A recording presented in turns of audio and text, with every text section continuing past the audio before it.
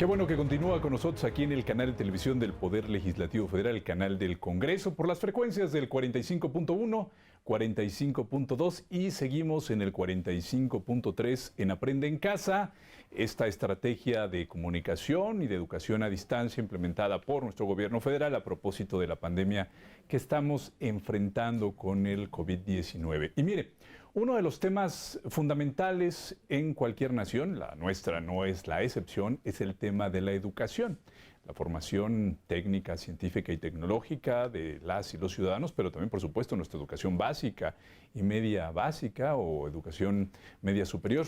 De estos temas vamos a platicar con la presidenta de la Comisión de Educación de la 64ª Legislatura, la diputada Adela Piña Bernal, a quien le agradezco que nos dé unos minutos al canal del Congreso. Muchas gracias, diputada, por platicar con nosotros. Muchísimas gracias y un gusto estar aquí en el canal del Congreso. Empecemos nuestra plática para que entendamos las y los ciudadanos qué es lo que ocurrió, porque muchas veces vemos noticias del Congreso, las notas noticieros, y ya se aprobó una reforma educativa y hubo una resistencia y manifestaciones y hubo todo un debate nacional. Y en esta legislatura vemos otra reforma educativa y también un gran debate. ¿Qué cambió? ¿Qué se modificó en la Constitución de lo que se había hecho anteriormente y lo que ustedes en esta 64ª legislatura decidieron hacer en el tema educativo, primero a nivel constitucional, diputada? Pues mire, le comento que la reforma del 2013, cuando estaba en función el presidente Enrique Peña Nieto, obviamente por el carácter que se le dio a esta reforma, en donde tuvo fundamentalmente un sentido más laboral que académico, en donde la queja del magisterio a nivel nacional pues era el asunto de evaluar de manera punitiva con un sentido de despedir y de lesionar los derechos laborales de los trabajadores de la educación, pues tuvo toda esa efervescencia aquí en el Congreso. Tenemos entendido que llegó a Palacio, bueno, a la Cámara de Diputados un 12 de diciembre y se dictaminó la reforma al artículo 3º constitucional un 22 de diciembre, 10 días. 10 días en donde no hubo discusión, en donde ya estaba de hecho elaborado un dictamen y se aprobó esa reforma que no tuvo pues la aceptación del Magisterio Nacional de los distintos niveles educativos, yo diría, pero en específico de los maestros de educación básica por esta situación en donde pues los ponían en jaque en cuanto a su estabilidad laboral. Creo que nosotros posteriormente también a la Cámara llegó la iniciativa del Ejecutivo un 12 de diciembre. Curiosamente. Sin embargo, nosotros entendimos que no podíamos tener un proceso como en el pasado, sin escuchar a los actores principales, que eran pues los maestros, las propias autoridades educativas, las organizaciones magisteriales, el propio Sindicato Nacional de Trabajadores de la Educación, y decidimos entonces abrir espacios, foros de diálogo, de comunicación, para recibir propuestas de los actores principales e incluso también de padres de familia y de estudiantes de los distintos niveles educativos. Fue un proceso largo, muy complicado, de verdad fue muy complicado. Le quiero comentar que nosotros en la comisión abrimos un micrositio también para recibir propuestas, aparte de las recibidas en los distintos foros. En Parlamento Abierto, tuvimos un Parlamento Abierto de 7 días, por ejemplo, para la reforma al artículo 3º, en donde pues recibimos propuestas de todo tipo, pero en el micrositio le puedo comentar que recibimos cerca de 5,000 propuestas de redacción. Y nosotros tuvimos que sistematizar las propuestas porque pues todo mundo quiere su palabra, quiere su párrafo, su renglón. Entonces era difícil cómo redactar un artículo 3º que fuera realmente incluyente, que recogiera las propuestas de los diferentes actores, y esto nos llevó pues un proceso desde diciembre, enero, febrero, marzo, abril, mayo, pues prácticamente 5 o 6 meses en estar discutiendo, analizando, también haciendo pues un trabajo político, puedo decirlo así, con los propios grupos parlamentarios aquí en la Cámara. ¿Por qué? Porque lo que queríamos era que efectivamente esta reforma fuera más consensada, que estuvieran los representantes de los grupos parlamentarios.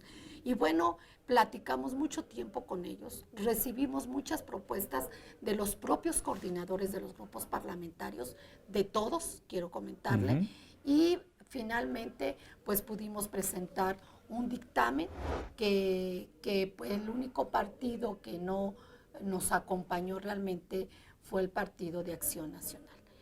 Pero de ahí en fuera creo que fue un trabajo muy arduo, tanto del coordinador que teníamos nosotros, en este caso como bancada, yo soy del grupo parlamentario de Morena, pero pues siempre mi conducción fue absolutamente institucional y poder escuchar a todo el mundo. Entonces, ¿ahora de qué se trata? Se trata de hablar de una educación integral, de revalorar el trabajo del magisterio que fue por mucho tiempo. Yo no creo que solamente se estigmatizó a los maestros o se les etiquetó en el periodo pasado, sino esto ya llevaba años, en donde el maestro se le vio como un ente pues mal visto, mal preparado, un sinfín de cosas. No digo que a lo mejor no existan situaciones así, pero el maestro en sus comunidades, y lo digo no solamente en la ciudad, sino más bien en las comunidades más alejadas del país, es un ente social, es un líder social, es un gestor, pues la hace de muchas cosas el maestro para llevar a sus propias comunidades no solamente la educación, sino también otras necesidades. Y se le etiquetó, se le vio mal visto al maestro, lo que perdió mucho respeto, creo yo, sobre todo lo que hicieron muchos medios de comunicación. Y bueno, ya a mí me consta, no solamente porque soy profesora, pero me consta que la mayoría de los maestros de este país, y gracias a ellos, es que este país todavía se sostiene. De veras que la labor de los maestros es muy importante y bueno, se retoma, que hablamos de una educación integral, con un enfoque de derechos humanos, con respeto a la dignidad de las personas, que es muy importante, no ver al alumno como objeto, sino como un sujeto de derecho de la educación y que exista una participación, un diálogo constante en el proceso de enseñanza-aprendizaje y obviamente en términos ya de los maestros, pues revalorar su función y también considerar pues que tienen ellos que tener condiciones laborales estables, no generarles ese constante, pues como decir, estrés que se generó en mucho tiempo porque me van a despedir, me dicen que si no paso una evaluación, además eran evaluaciones absolutamente estandarizadas, que no contemplaban el contexto, ¿no? Que te hacen un examen de una batería de preguntas para un maestro que trabaja en la Ciudad de México como para un maestro que trabaja en la Sierra de Guerrero o en la Sierra Gorda de Querétaro. Y las condiciones no son las mismas. Diputada, después de la reforma constitucional, pues evidentemente que fue ratificada por la mayoría de los congresos del país, eso requirió un trabajo de consenso nacional. Importante. Así es. Se dieron a la tarea de aprobar lo que en derecho parlamentario se llama legislación secundaria. Básicamente vimos 3 leyes y transmitimos, por supuesto, aquí en el Congreso algo que tenía que ver con infraestructura física educativa, con la mejora de la educación en México y también lo que nos decía, el mejorar las condiciones de las y los trabajadores de la educación. Así es. ¿En qué consistieron esta legislación secundaria? Pues mire, por mandato constitucional, las leyes secundarias realmente son 5. Sin embargo, bueno, desde hace tiempo se determinó que su Cámara de origen de 3 de ellas sería la Cámara de Diputados y 2 de ellas la Cámara de Senadores. En este sentido, nosotros estuvimos trabajando con la Ley General de Educación, con la ley del sistema para la carrera de las y los maestros y con la ley reglamentaria al artículo 3º en materia educativa de la mejora continua para la educación. Es una ley con un nombre bastante amplio, pero son estas 3 leyes y en sí las 3 leyes, el objetivo fundamental es fortalecer el sistema educativo nacional. Primero, la Ley General de Educación, porque ahí se prioriza o se pone en el centro de la educación a las niñas, a los niños, a los adolescentes y a los jóvenes, como le decía yo, como sujetos de derecho de la educación. Y por otra parte, estamos hablando de una educación integral que se ubica, creo yo, fundamentalmente en una de las grandes peticiones del Ejecutivo, que es educar para la vida.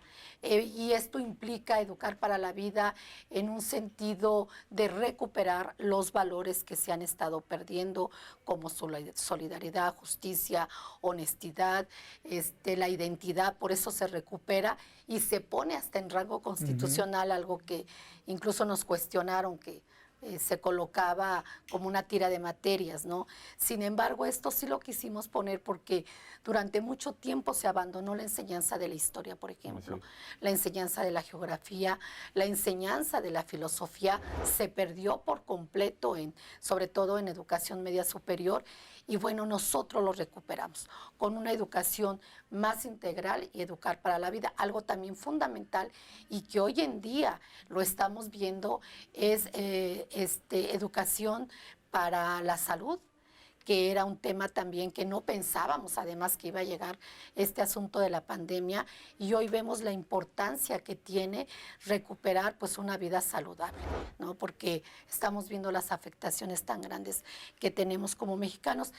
Y bueno, esa es educación, la Ley General de Educación, que tuvo muchos puntos, yo lo comento de grandes rasgos, tuvo muchos puntos sustanciales e incluso hay apartados que no existían, por ejemplo, lo que tiene que ver con violencia en los centros escolares, lo que tiene que ver también con la educación privada, que en muchos sentidos no estaba absolutamente regulada, y ahora este marco normativo nos va a permitir. Ley General de Educación. Luego la ley del sistema para la carrera de las y los maestros, que tenía justamente el objetivo es revalorar la función magisterial. Y pues bueno, hoy estamos hablando también de que se tienen que dar, y esto es lo que está luchando la Secretaría de Educación Pública, también ante muchas resistencias que observamos, revalorar el trabajo de los maestros, pero también acabar con la corrupción. La corrupción no es un tema únicamente de algún sector u otro. Creo que está desafortunadamente permeado en muchas estructuras de la vida pública y dentro del propio sector educativo. Entonces, se estableció ahí que tendría que haber procesos de selección para ingresar al sistema, para el ingreso, para la promoción y para el reconocimiento de los maestros. Y estos procesos pues tienen que ser públicos, tienen que ser pues transparentes, que los maestros se enteren pues de los términos en que ellos son evaluados de alguna manera para estos 3 procesos, y que bueno, con esto se acabe sobre todo la venta de plazas. Entonces, pues se busca atacar de manera frontal la corrupción en el sector educativo, reconocer a los maestros fundamentalmente en esta Ley General del Sistema para la Carrera de las y los Maestros. El tema de la educación superior, eso también un tema que están trabajando actualmente. El tema de la educación superior es una ley, yo le quiero comentar, desde 1978 no había una reforma prácticamente a la Ley General. Hay una ley de educación superior, pero estaba desde 1978. Los contextos son diferentes actualmente y justamente pues ya llevamos más de 8 meses trabajando con la Ley General de Educación Superior.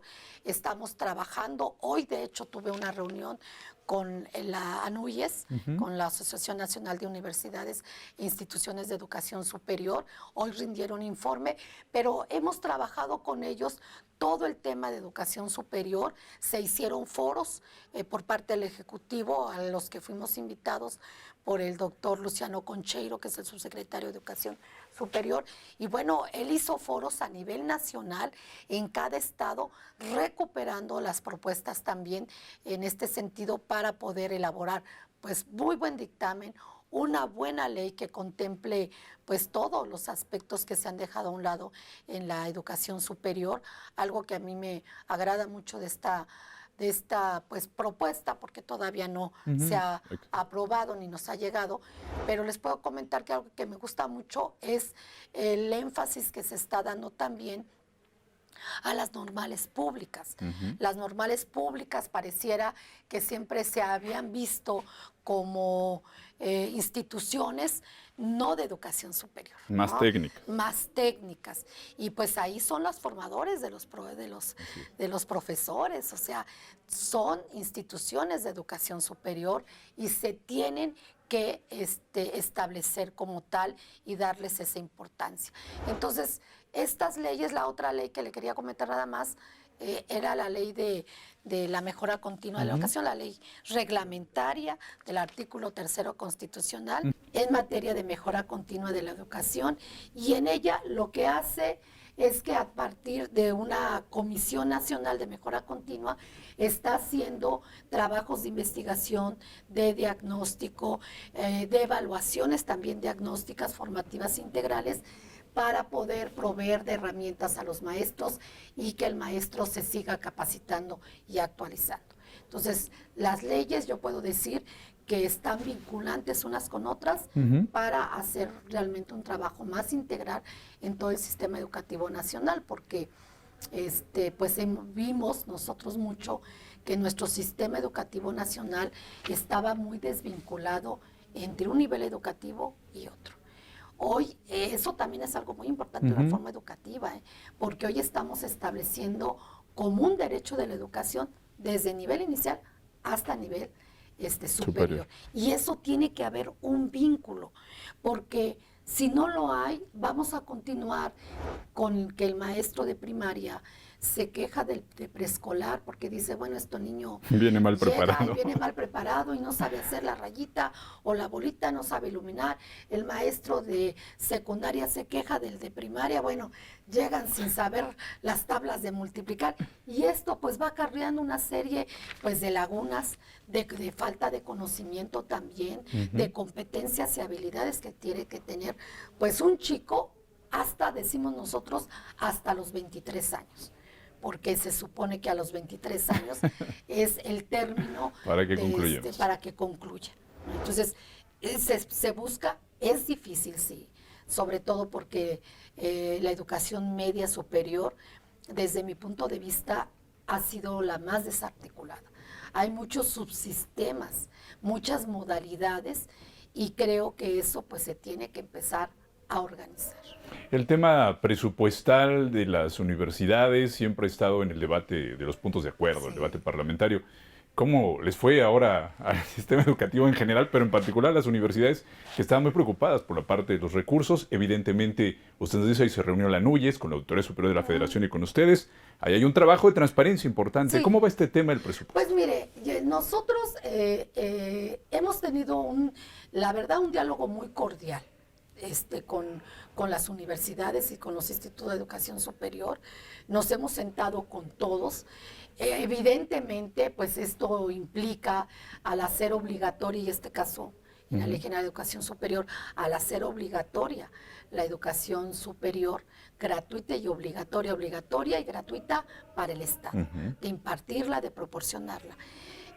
Pues es un tema evidentemente de recursos, ¿no? Sin embargo, bueno, hemos establecido una ruta que permita en la propia Ley General de Educación Superior establecer un fondo que va a empezar a tener efecto a partir del 2022 para que empiece pues realmente a que este fondo pues sufrague los gastos, se distribuya y que la distribución realmente sea transparente. Porque pues nosotros en el diagnóstico que tuvimos, desafortunadamente, encontramos varias situaciones. Un ejemplo muy pequeñito, ¿no? la estafa maestra. Sí, claro, en todos los periódicos lo En leímos. todos los periódicos lo vieron y demás, un tema muy difícil porque además ahí hablas de que estuvieron involucradas instituciones de educación superior, universidades.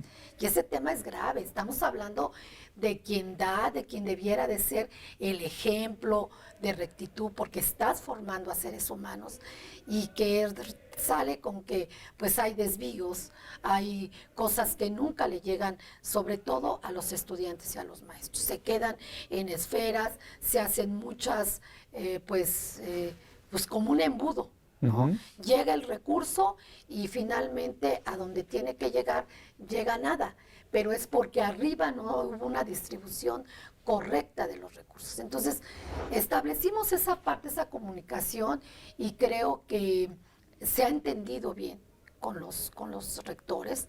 El propio secretario de Educación Pública, lo puedo decir, ha estado presente incluso en pláticas, comentarios, recuperar también las propuestas que él mismo como secretario tiene, y nos ha ayudado mucho, y creo que el dictamen que se acaba de aprobar en el Senado es un buen dictamen, y pues ya cuando llegue aquí esperemos que no haya ningún problema. Hasta el momento, también se lo puedo decir, parece que va a estar acompañado ahora sí por todos los grupos parlamentarios, porque a todos se les ha escuchado.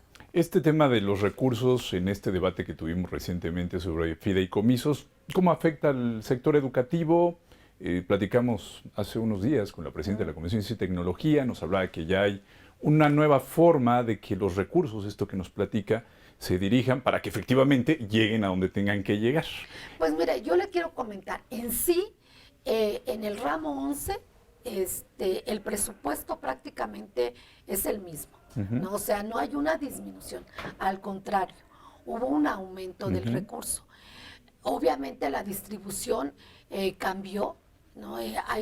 Hay algo que se ha marcado por el propio Ejecutivo, de que son prioridades, o los 4 ejes de la educación: es infraestructura, es el salario de los maestros, son las becas para los estudiantes, porque esto ayuda muchísimo, no solamente a que el estudiante tenga un recurso, y lo digo, hay muchos jóvenes que desafortunadamente por recurso económico no tienen para el traslado para sus escuelas, si viven en comunidades muy apartadas, o no tienen incluso saldo para su celular, que ahora es una herramienta sustancial, y la beca les está ayudando. Y el otro eje es los contenidos educativos. Son los 4 grandes ejes en donde nos estamos tratando de impactar con esta reforma. Y pues bueno, en el asunto, le decía, del ramo 11, no hubo una disminución, pero sí hubo una redistribución de los recursos. Y el asunto de los fideicomisos, pues es un tema complicado, fue un tema complicado, porque es una figura más bien administrativa, y lo que se está quitando no es el recurso, es la denominación o la figura administrativa, porque la idea siempre ha sido y es que el recurso llegue de manera directa, porque tener intermediarios, la verdad es que ha causado muchos problemas, tanto de que les llegue, como de la justificación y de la rendición de cuentas, ¿no? Hoy le quiero comentar, por ejemplo, algo que está sucediendo en educación básica. Con la escuela es nuestra. Se llega el recurso de manera directa, y se han rehabilitado muchísimos centros escolares, escuelas de las más apartadas del país, en donde no había absolutamente más que un aula sin luz o sin agua. Y con un pizarrón. Y con un pizarrón. Entonces, ¿ahora qué se hace? Se convoca, esto lo establece la Ley General de Educación, se convoca a una asamblea de la comunidad escolar, se forma un comité de administración participativa, se determina a un tesorero, en este caso tiene que ser una mujer, ¿no? Porque las mujeres siempre como que estamos más involucradas por los hijos, ¿no? Que deben de ser los hombres y las mujeres. Debemos involucrarnos. Todavía estamos así. Y es la tesorera. Y ese recurso lo envía la Federación de manera directa. Y la comunidad decide si le falta el piso, si le falta la puerta, si le falta la luz, y ellos pues utilizan el recurso para rehabilitar su escuela bajo una serie también de requisitos, porque esto no está suelto. Ellos tienen que rendir informes, tienen que presentar facturas, entonces hay un seguimiento, pero el recurso les llega de manera directa y sobre todo la comunidad decide en qué utilizar. Diputada Adela Peña, aprovechando que la tenemos en el estudio y aprovechando su experiencia como docente para concluir esta plática, sí, ¿qué está observando usted pues con esto que estamos haciendo? Aquí en el canal del Congreso tenemos Aprende en Casa, pero estamos viendo un proceso inédito con nuestros hijos, ¿no? Algunos están frente a un ordenador, otros están viendo la televisión. Sí. ¿Qué está usted observando como docente en esta situación extraordinaria en la parte educativa? Pues mire, en efecto es una situación extraordinaria. Nadie esperábamos en el mundo tener esta situación. Primero comentar que en México desafortunadamente y en todo el mundo quizás no estábamos preparados para esto, pero menos lo estábamos con sistemas tanto de salud como sistema educativo abandonados por mucho tiempo. Entonces nos llega la pandemia y se tuvo que buscar una ruta, un camino para garantizar el derecho a la educación.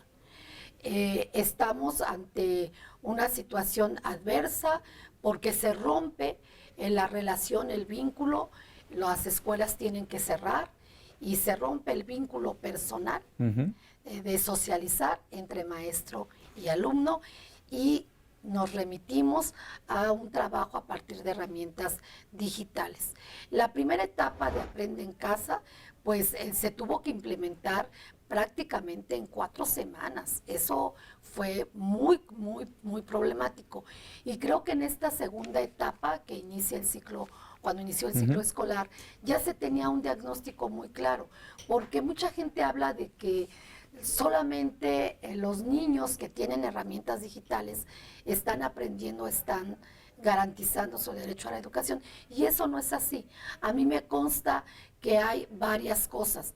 O sea, estaban los libros de texto gratuito, estaban las actividades que los maestros en muchos lugares colocan afuera de las escuelas para mantener el vínculo con los chicos, están la televisión y están las plataformas digitales. Después de ese diagnóstico, lo que pudo verse en la Secretaría de Educación Pública es que más del 93% de los mexicanos sí tienen una televisión. Y por eso implementa de Aprende en Casa a partir de televisión. Nada va a sustituir, eso lo digo muy claro, nada va a sustituir el trabajo presencial, porque educar es un proceso social, netamente humano, y tienes que estar en atención a los niños. Sin embargo, pues creo que esta estrategia poquito a poquito se ha ido consolidando gracias a los maestros. También lo digo, los maestros han buscado muchas maneras de acercarse a sus alumnos. Yo tuve una experiencia apenas el sábado que vi a una compañera profesora con la que trabajé, tuve el gusto de trabajar casi 20 años, y ella me decía su experiencia. Dice, yo al principio me desesperaba. Pensaba, bueno, yo me cuestioné si yo quería seguir siendo maestra, si mis niños estaban aprendiendo o no.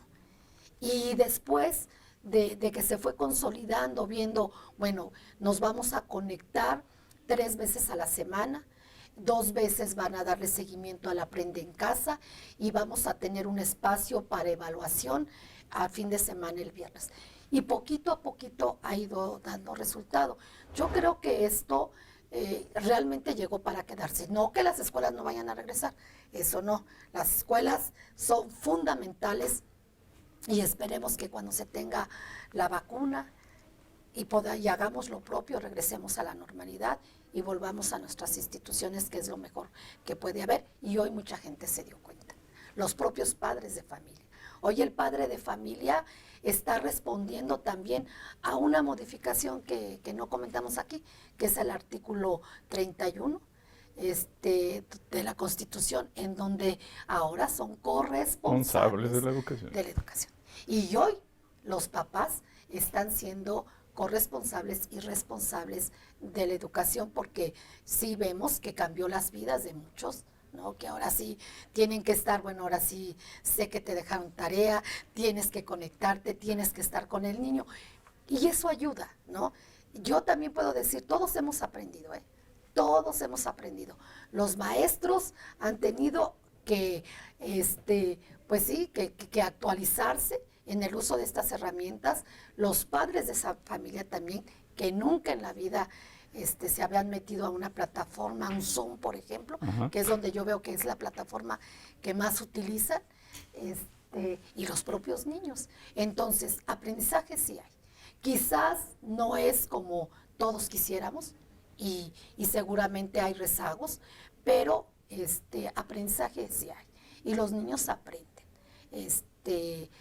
Aprendemos todos los días, no solamente en el aula, también en la casa, también en la comunidad, también en la calle. O sea, siempre hay un aprendizaje, nada más hay que orientar este aprendizaje, y seguramente los maestros pues son los que van a vincular todos estos aprendizajes, ¿no? Diputada, entonces, ahí pues, está la respuesta. Ahí está la respuesta, y pues todos aprendemos, de verdad que sí. Sin duda, sí. Le agradecemos muchísimo que nos haya dado unos minutos al canal del Congreso. No, a ver si luego volvemos a platicar respecto a estos temas. Muchísimas gracias. No, gracias a ustedes, muchísimas gracias. Muchas gracias. Nosotros, por supuesto, estaremos continuando con estas pláticas con estas y nuestros diputados federales en la 64ª legislatura. Le invitamos a continuar con el canal de televisión del Poder Legislativo Federal, Parlamento Abierto a las y los ciudadanos. Continúe con nosotros.